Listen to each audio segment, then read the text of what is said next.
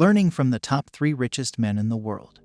The wealth algorithm, starting with the 3rd place, Bernard Arnault. Bernard Jean-Étienne Arnault is a French businessman, investor, and art collector. He is the chairman and chief executive of LVMH Moet Hennessy, Louis Vuitton C, the world's largest luxury goods company. Here is some advice you can take seriously to grow. 1. Long-term vision. Arnault first went to China in 1991. There were no immediate signs of prosperity, yet he opened a Louis Vuitton store there. I remember the first time I visited China.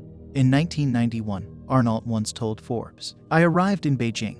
I saw no cars, only bicycles, no tall buildings. The GDP was 4% of what it is today." Nonetheless, we decided to open our first Louis Vuitton store in China. Today, Louis Vuitton is the #1 luxury brand in the country and across the world. We have been seeing for the past 25 years a growing desire for high-quality products and an acceleration of buying power. 2. Step out of the office and onto the shop floor. I often say to my team we should behave as if we're still a startup, Arnault told Forbes. Don't go to the office too much. Stay on the ground with the customer or with the designers as they work. Arnault practices what he preaches. I visit stores every week, he said. I always look for the store managers. I want to see them on the ground, not in their offices doing paperwork. 3. Be patient. One of Arnault's regrets is hastily selling a brand that wasn't doing very well. He believes he should have given it time because today the same label is doing well. But he is no longer its owner and is left pondering what could have been.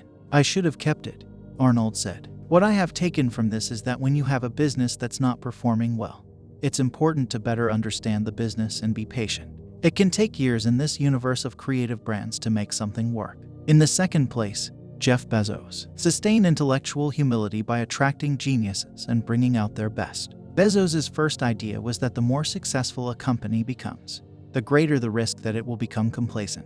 And once complacency sets in, it is only a matter of time before the company stops adapting to its changing competitive environment, begins to lose market share, and eventually ceases to exist. 2. Obsess over customers by investing in the strengths that they value most. Bezos enjoys the challenge of satisfying its perennially delightfully dissatisfied customers. To grow your business, emphasize the strengths that your customers value the most. 3. Embrace external trends that drive rivals' rapid growth. Bezos emphasized the importance of changing a company's strategy so that powerful external forces become growth-propelling tailwinds. Identify strategy changes your company can make to turn external trends into a growth tailwind. 4. Make high-quality decisions quickly by going with your gut. Bezos advocates making decisions quickly with 70% of the information rather than delaying to get the remaining 30%. The takeaway is to make decisions faster without 30% of the information. And yes, you guessed right.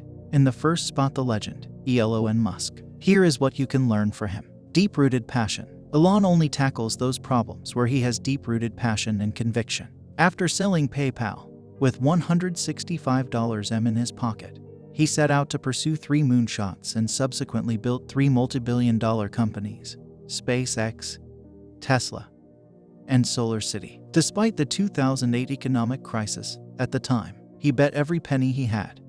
And eventually, everything turned around, going from being in debt to the wealthiest person on the planet just 13 years later. Wow, what a journey. Ultimately, it was his passion, refusal to give up, and drive that allowed him to ultimately succeed and begin to impact the world on a significant scale. 2. Clear, massively transformative purpose. Elon has been preaching this since the founding of SpaceX back in 2002, even when he was experiencing numerous rocket failures. I think fundamentally the future is vastly more exciting and interesting if we're a spacefaring civilization and a multi-planet species than if we're not. You want to be inspired by things. You want to wake up in the morning and think the future is going to be great. And that's what being a spacefaring civilization is all about. Elon Musk. 3. First principles thinking. First principles thinking is a mode of inquiry borrowed from physics that is designed to relentlessly pursue the foundations of any given problem from fundamental truths. I think it is important to reason from first principles rather than by analogy. The normal way we conduct our lives is we reason by analogy. We are doing this because it's like something else that was done, or it is like what other people are doing. Slight iterations on a theme. First principles is kind of a physics way of looking at the world.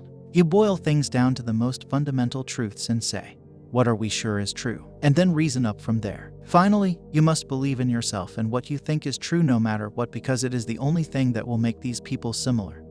and for sure make you the next billionaire.